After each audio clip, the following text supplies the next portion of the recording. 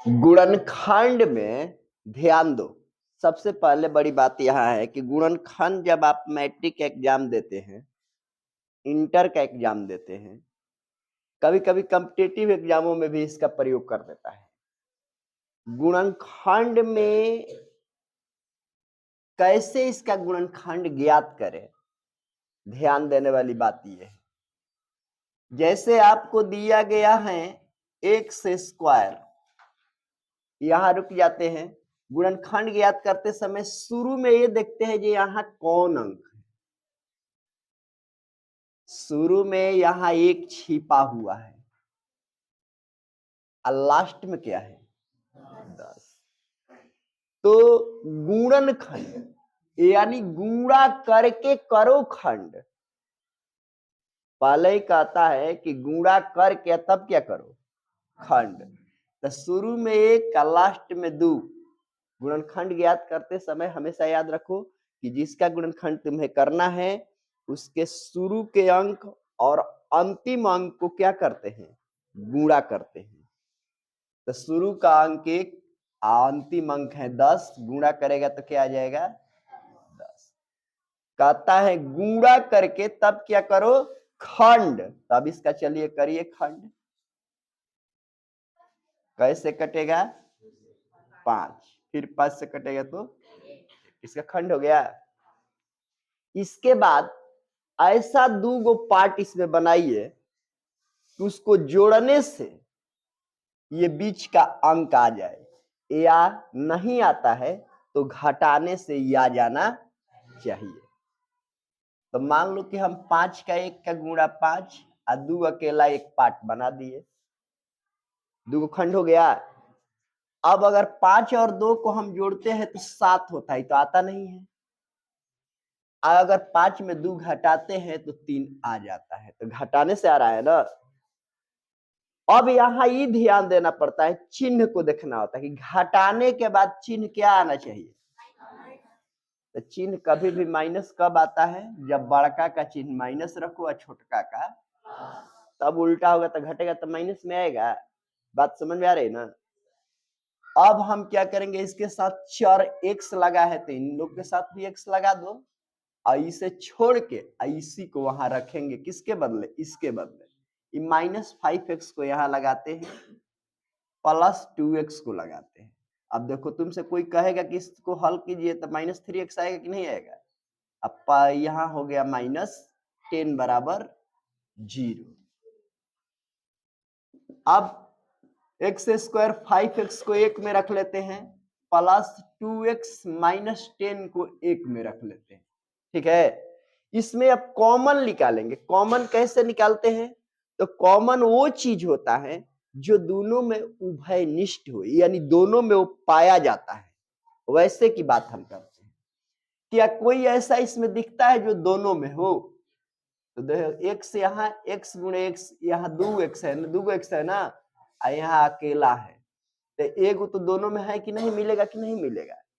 जैसे आप एलसीएम निकालते हैं फैक्टर विधि से, वैसे ही यहाँ दोनों देखो, x गुणे x लिखेगा तो स्क्वायर होता है, जैसे x गुणे x लिखा, और यहाँ 5x ही है, तो देखो एगो x मिलता है ना, इसको बाहर कर देगा, तो एगो इससे बाहर हो गया, तो एक x यहाँ बच गया ना। अब माइनस में यहाँ तो ये गायब है, तो क्या बच गया। इस तरह से हम कॉमन करते हैं। प्लस ऐसा कौन ऐसा है जो दोनों में मिलता है, तो 2 को चुनो। देखो 2 इसमें है और 2 5 10, इसमें भी 2 है ना, तो 2 को बाहर निकाल लो, तो x माइनस क्या हो जाएगा 5 बराबर 0। अब यहां देखिए x -5 को अलग रखो, और यहां पर ये दोनों बाहर है तो इसको 1 में रखो, बराबर 0। ये आपका क्या हो गया, फैक्टर हो गया। क्या हो गया, फैक्टर हो गया।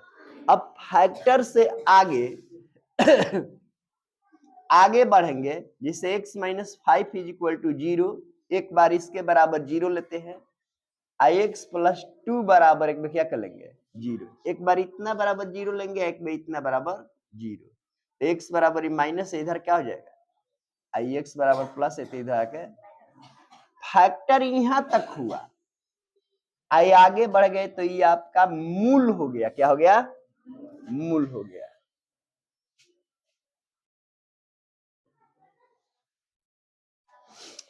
अब यहां देखिए, यहां फैक्टर करेंगे कैसे? रूट में है ना, तो काम तो वही करना है।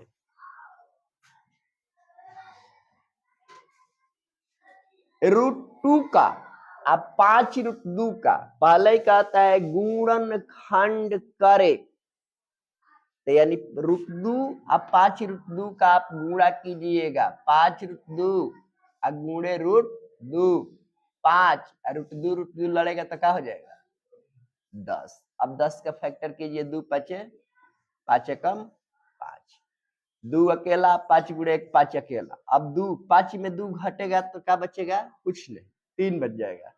अगर दोनों को जोड़ते हैं तो 5 2 7 आ जाता है कि नहीं आ जाता है? तब यहाँ पर x चर लगा दो, √2x², 2x 5x अब प्लस 5√2 बराबर 0 लिख दिया।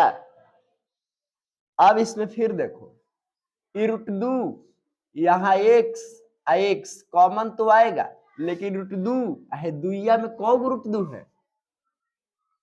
एक 2 में कितने √2 होते हैं?